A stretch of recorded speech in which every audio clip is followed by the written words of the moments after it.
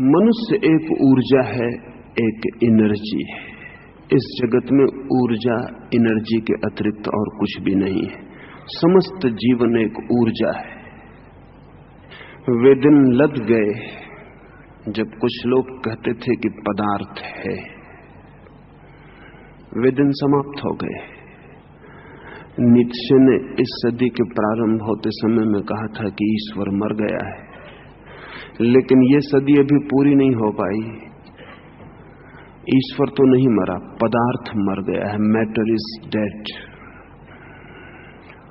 मर गया है कहना भी ठीक नहीं है। पदार्थ कभी था ही नहीं, वो हमारा भ्रम था, दिखाई पड़ता था। अब वैज्ञानिक कहते हैं कि पदार्थ सिर्फ सघन हो गई ऊर्जा है, कंडेंस्ड एनर्जी है। पदार्थ जैसी कोई चीज ही जगत में नहीं है। वो जो पत्थर है, इतना कठोर, इतना स्पष्ट, इतना सब्सटेंशियल, वो भी नहीं है। वो भी विद्युत की धाराओं का सघन हो गया रूप है।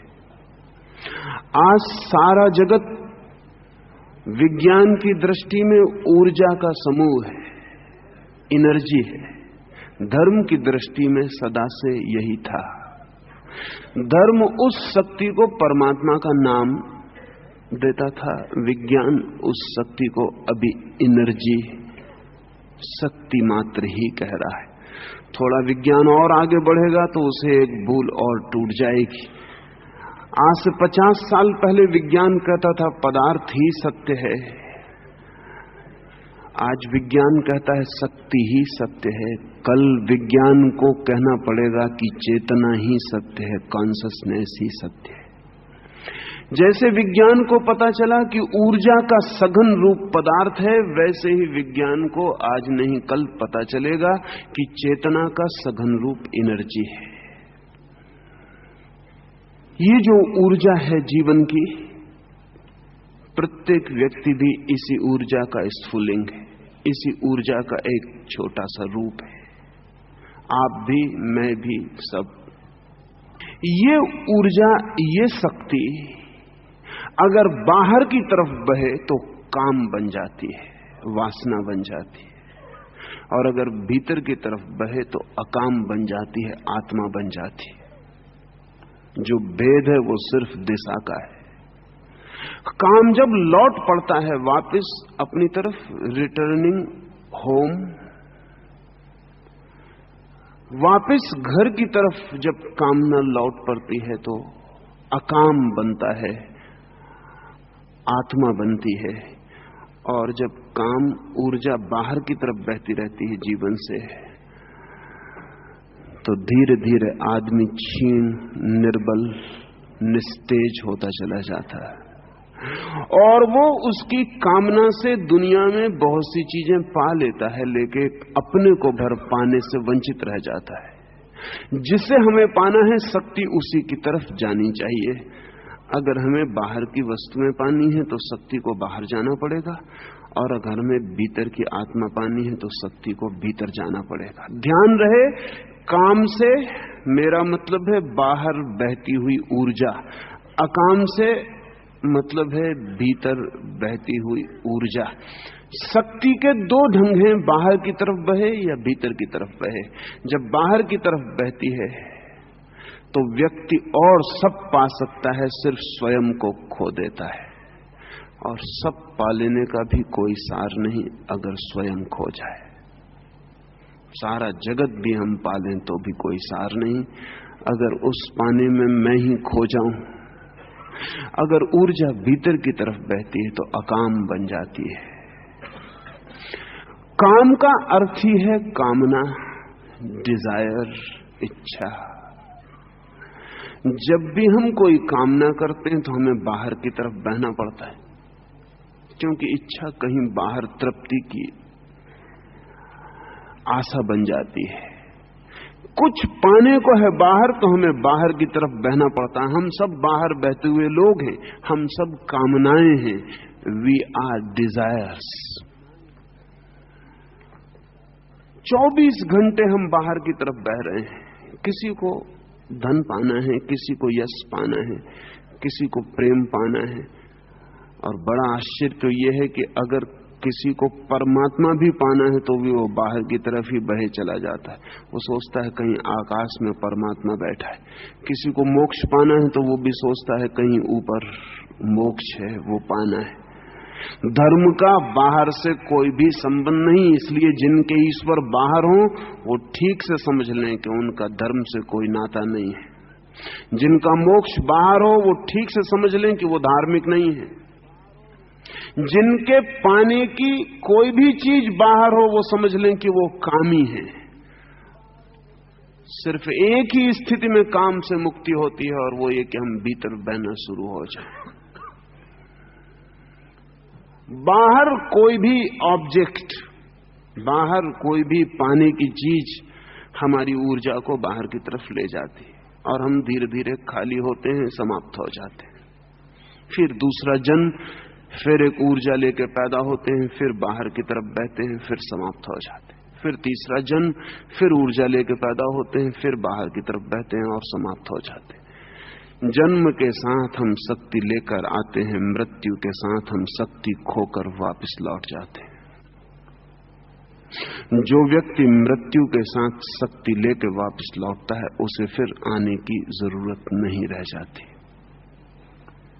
जन्म के साथ सभी शक्ति लेकर आते हैं, मृत्यु के साथ अधिकतम शक्ति खोकर निस्तेज खाली कारतूस, चले हुए कारतूस, खोल रह गई है, गोली तो जा चुकी है, उस खोल को लेकर वापस लौट जाते हैं। जो व्यक्ति मरते क्षण में भी अपनी पूरी ऊर्जा को बचा के ले जाता है उसे लौटने की जरूरत नहीं पड़ती। जो कबीर की भांति मरते क्षण में कह सकता है, ज्यों की त्यों दर दीनी चदरिया, कुछ खर्च नहीं किया, कुछ खोया नहीं, दौड़े नहीं, चादर संभालो, जैसी दी थी वैसी ही वापस लौटा देते हैं। जो मृत्यु के क्षण में बिना कुछ खोए वैसा ही वापस लौट जाता है जैसा जन्म के क्षण में आया था, उसे वापस जन्म लेने की जरूरत नहीं रह जाती। अकाम जन्म मृत्यु से मुक्ति है, काम बार बार जन्मों में लौट आना है। कारण है, कोई कामना कभी ठीक अर्थों में पूरी नहीं होती, हो नहीं सकती। और जो बाहर की तरफ दौड़ने का आदी हो गया है, जब भी कोई कामना पूरी होने के करीब होती तब तक वो नई कामना बना लेता है, क्योंकि फिर बाहर की तरफ दौड़ेगा कैसे। जिसे बाहर की तरफ दौड़ना ही जिंदगी बन गई है, वो एक इच्छा पूरी हुई नहीं कि दूसरी को जन्मा लेता है, बल्कि एक के पूरे होने के साथ अनेक को जन्मा लेता है, फिर दौड़ना शुरू कर देता है। हम बाहर की तरफ दौड़ती हुई ऊर्जाएं हैं, आउट गोइंग एनर्जीज, इसलिए हम खाली कारतूसों की तरह मर जाते। इसलिए हमारी मृत्यु एक सौंदर्य नहीं हो पाती और हमारी मृत्यु एक अनुभव नहीं बन पाती। हमारी मृत्यु एक दुख, एक निस्तेज पीड़ा, एक नपुंसकता, एक इम्पोर्टेंस बन जाती। हम सब भांति टूट के समाप्त हो जाते हैं। इसलिए मृत्यु में इतनी पीड़ा है। वो पीड़ा मृत्यु की नहीं है, वो पीड़ा निस्तेज खाली हो गए आदमी की है, जो सब भांति रिक्त हो गया, जिसमें अब कुछ भी नहीं बचा, सिर्फ खाली खोल रह गया है। इसलिए मौत दुख देती है, लेकिन मौत भी आनंद दे देती है उसे जो खाली नहीं भरा हुआ है। हम भरे हुए कैसे रह पाएं, इसी सूत्र को समझने के लिए अकाम है। लेकिन अकाम को समझने के पहले काम की समस्त यात्रा समझ लेनी चाहिए। काम किस तरह गति करता है हमारा, हम बाहर की तरफ कैसे बहते हैं, इसे समझ लेना जरूरी है। इसे हम समझ लें तो भीतर की तरफ बहना बड़ी सरल बात है, बड़ी आसान। हजारों लाखों साल से हमें पता है कि पदार्थ अणुओं से बना है, एटम्स से बना है, लेकिन हम अणु को तोड़ नहीं पाए थे। इस सदी में आके हमने अणु को तोड़ लिया। अणु को तोड़ते ही बड़ी चमत्कारीपूर्ण घटना घटी, और वो ये कि एक छोटे से अणु में, हाइड्रोजन के छोटे से अणु में या किसी भी चीज के छोटे से अणु में जो आंख से दिखाई नहीं पड़ता, इतनी ऊर्जा छिपी थी कि टूटते ही भयंकर शक्ति का जन्म हुआ। एक छोटे से अणु के विस्फोट से हिरोशिमा में 1 लाख लोग तत्काल मृत्यु को उपलब्ध हो गए। एक छोटे से अणु में इतनी ऊर्जा छिपी थी भीतर की फूट पड़ा तो इतना विस्फोट हुआ।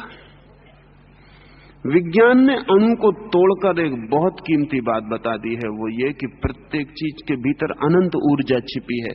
अगर टूट जाए तो विस्फोट हो जाता है और सब बाहर बह जाता है, अगर बंद हो जाए। लेकिन हमें कभी पता नहीं था कि बंद अणु में इतनी ऊर्जा छिपी है। विज्ञान ने जो काम किया है, धर्म ने उससे ठीक उल्टा काम बहुत पहले कर लिया है। विज्ञान ने तोड़ा है अणु, धर्म ने जोड़ा था। इसलिए धर्म का नाम है योग। योग का अर्थ है जोड़। मनुष्य की चेतना भी एक अणु है, और उस अणु को अगर हम टूटा हुआ रहने दें तो उसमें से सब बह जाता है, अनंत ऊर्जा बह जाती। अगर वो अणु जुड़ जाए, बंद हो जाए, एनालिसिस नहीं, विश्लेषण नहीं, टूटे नहीं, सिंथेसिस हो जाए, संश्लिष्ट हो जाए, इंटीग्रेटेड हो जाए, बंद हो जाए, बिंदु बन जाए, अपने में बिंदु हो जाए, सब तरफ से बाहर खोना बंद हो जाए, तो अनंत ऊर्जा भीतर उपलब्ध हो जाती। इस अनंत ऊर्जा की अनुभूति अनंत परमात्मा की अनुभूति है। इस अनंत ऊर्जा का अनुभव अनंत आनंद का अनुभव है। इस अनंत ऊर्जा का अनुभव अनंत वीर्य का अनुभव है। इस अनंत ऊर्जा के अनुभव के बाद फिर कुछ अनुभव करने को शेष नहीं रह जाता है, सब अनुभव हो जाता है। लेकिन समझना चाहिए कि आदमी टूटा हुआ अणु है, चेतना का टूटा हुआ अणु है। उसमें छेद है, जैसे कोई छेद वाली बाल्टी से पानी भरता हो। पानी भरा हुआ दिखाई पड़ता है जब बाल्टी पानी में डूबी होती। जैसे ही पानी बाल्टी के बाहर निकली कि खाली होनी शुरू हो जाती।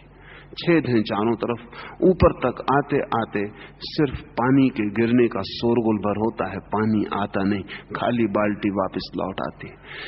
जन्म के क्षण में हम सब ऊर्जा से भरे हुए होते हैं। जब तक जन्म नहीं हुआ तब तक हम भरी बाल्टी होते हैं। जन्म के साथ ही बाल्टी ऊपर उठी कुएं से और गिरना शुरू हुआ। अगर ठीक से समझें तो जन्म के साथ ही हमारा मरना शुरू हो जाता है। हम में से कुछ रिक्त होना, खाली होना शुरू हो जाता है। हम फूटी बाल्टी की तरह खाली होने लगते हैं। जन्म का पहला क्षण मरने की शुरुआत है, खाली होना शुरू हो गया। इसलिए जन्म के पहले क्षण के बाद ही प्रत्येक व्यक्ति मरने के योग्य हो जाता है। कभी भी मर सकता है। अब ये बात दूसरी है कि योग्यता वो कब पूरी करेगा। फिर जीवन भर हम खाली खाली खाली होते चले जाते हैं। थोड़ा बहुत जो जिंदगी में हमें भरेपन का अनुभव होता है वो शायद सुबह जब हम रात के बाद उठते हैं तो थोड़ी देर को लगता है कि कुछ भरे हैं। रात भर में ऊर्जा थोड़ी सी संकलित हो पाती है, क्योंकि इंद्रियों के द्वार बंद हो जाते हैं, आंखें बंद हो जाती हैं, हाथ शिथिल पड़ जाते हैं, कान सुनते नहीं, ओंठ बोलते नहीं, नाक सूंघती नहीं, सब बंद हो जाता है, द्वार बंद हो जाते हैं। इसलिए सुबह एक ताजगी मालूम पड़ती है। वो ताजगी रात थोड़ी सी ऊर्जा के ठहर जाने के कारण पता चल रही। अगर कोई व्यक्ति अपनी पूरे जीवन की ऊर्जा को ठहरा ले तो वो जिस ताजगी का अनुभव करता है उसे हमें कोई भी पता नहीं, उसका हमें कोई पता नहीं हो सकता। अगर हम अपनी जिंदगी भर की सब सुबह की ताजगी को इकट्ठा जोड़ लें तो भी उससे कुछ पता नहीं चल सकता। अगर एक व्यक्ति की नींद खो जाए तो फिर जीना मुश्किल हो जाता है, क्योंकि वो जो रात थोड़ी ऊर्जा इकट्ठी करता है वो भी बंद हो गया। 15 दिन नींद खो जाए तो आदमी पागल हो जाए। 15 दिन भोजन न मिले चल सकता है, 15 दिन नींद न मिले कठिनाई है। अगर कोई बीमार है और सो ना सके तो चिकित्सक पहले फिक्र करता है कि बीमारी को पीछे देख लेंगे, पहले नींद आ जाए, क्योंकि जिस ऊर्जा से बीमारी को ठीक होना है वो संकलित होनी चाहिए, संग्रहित होनी चाहिए, इकट्ठी होनी चाहिए। हम सिर्फ ऊर्जा खो रहे हैं और काम ऊर्जा को खोने की विधि है। काम के बहुत रूप हैं, उसमें सर्वाधिक सघन रूप यौन है। इसलिए धीरे धीरे काम और यौन, काम और सेक्स पर्यायवाची बन गए।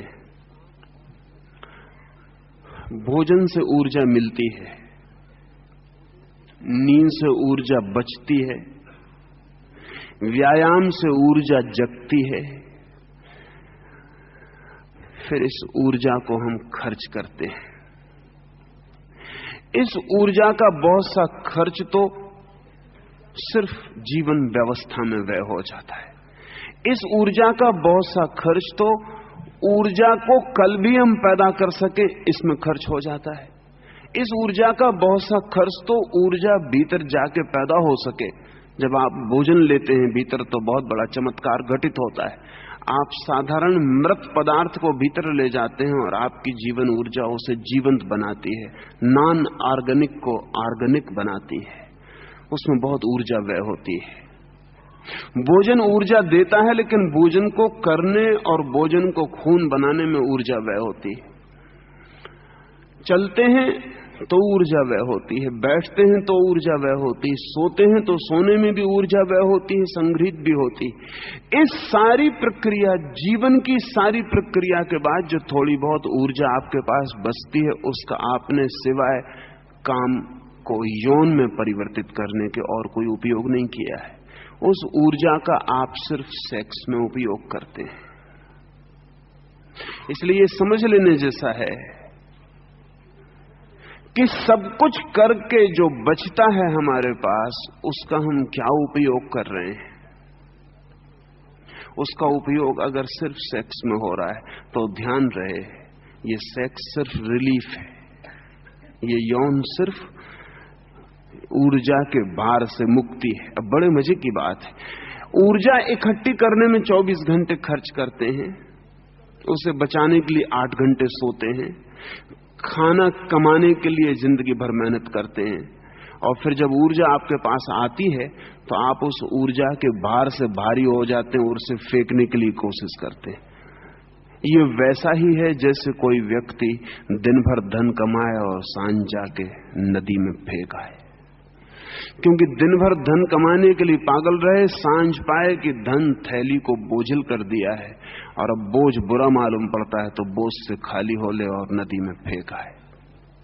हम ऊर्जा इकट्ठी करते हैं, पहले ऊर्जा न हो तो उसका श्रम करते हैं, और जब ऊर्जा पास में आ जाए तो ऊर्जा बोझिल हो जाती, बर्डनसम हो जाती, चित्त पर भारी हो जाती, फिर उसको फेंकना पड़ता है।